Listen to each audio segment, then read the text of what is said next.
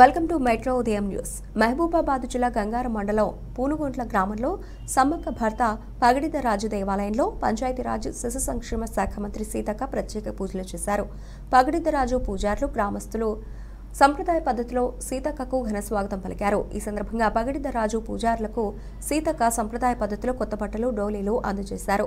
పగడిద రాజు ఆలయానికి కావలసిన సౌకర్యాలు కల్పించాలని పూజారులు మంత్రి సీతక్కను కోరారు.